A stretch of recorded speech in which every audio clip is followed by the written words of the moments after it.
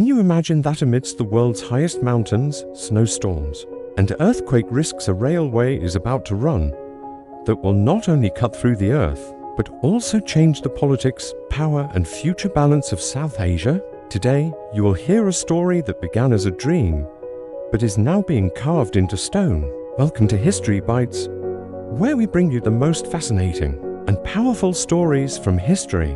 When, in 1973, the storm of the Cold War had engulfed the world under two superpowers, the United States and the Soviet Union, were crossing every limit to defeat each other.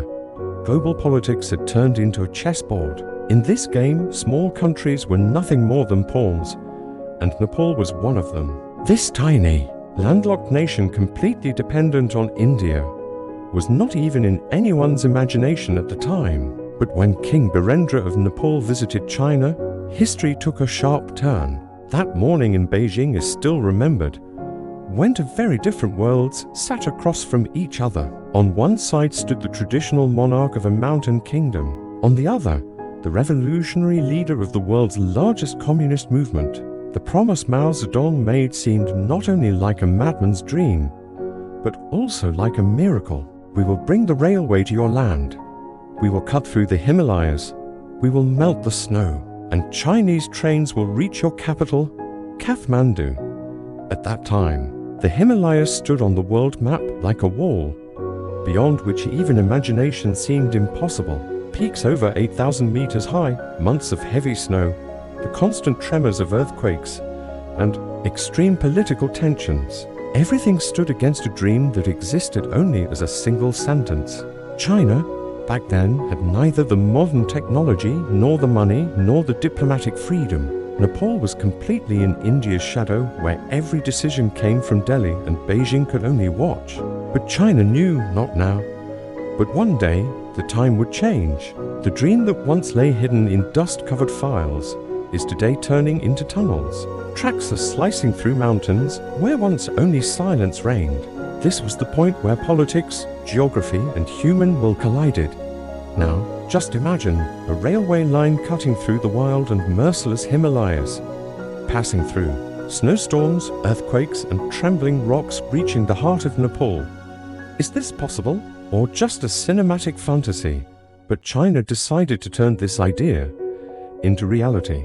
The China-Nepal Himalayan Railway is 572 kilometers long. Out of this, 527 kilometers lie in China and only 72 kilometers in Nepal.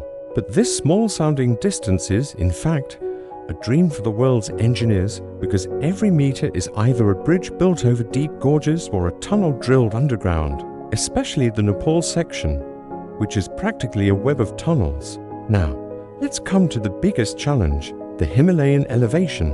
Girong, on the Chinese side, is 2,800 meters above sea level. Kathmandu is about 1,400 meters. This means the train has to descend an extremely steep slope, and this descent has made the project an engineering beast, because controlling a train's speed on such a slope without accidents is nothing short of a miracle. But the problem is not just elevation or slope. The land itself is treacherous, because this entire area falls in a high-risk earthquake zone. The main central thrust here is a fault line where the earth can tremble at any moment. The 2015 Nepal earthquake reminds us that one moment of negligence can bring down the entire project. On top of that, the weather is another enemy. Harsh snowfalls in winter, landslides in summer, and flash floods during monsoon all combine to make this project almost unbelievable. But Chinese engineers did not give up. They deployed their most advanced machinery, the tunnel boring machine, into the Himalayas. This giant beast, 16 meters wide and weighing 1,300 tons, cuts through mountains like a knife through butter.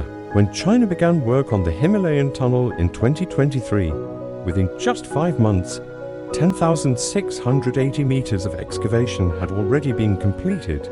The tunnel will be 30 kilometers long and is planned to be completed by the end of 2025. This is no ordinary task, but a masterpiece of human will and skill that future generations will remember. Viewers, on one side, China and Nepal are building a project that looks like it is for development, trade and tourism.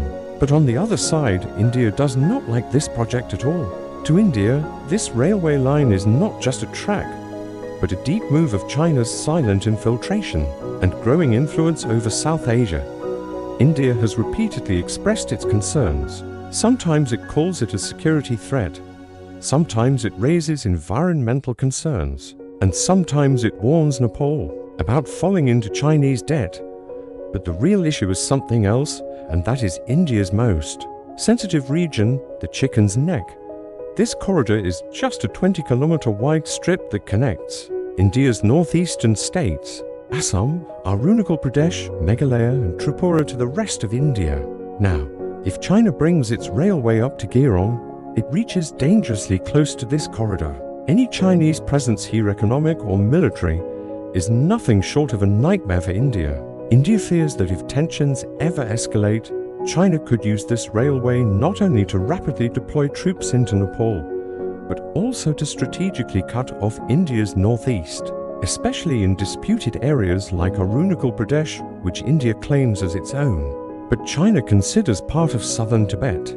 That's why India has also started playing its own cards. India has launched its own railway project, Raxaul to Kathmandu. India wants Nepal to remain connected to it rather than China, so its grip on geopolitics does not loosen.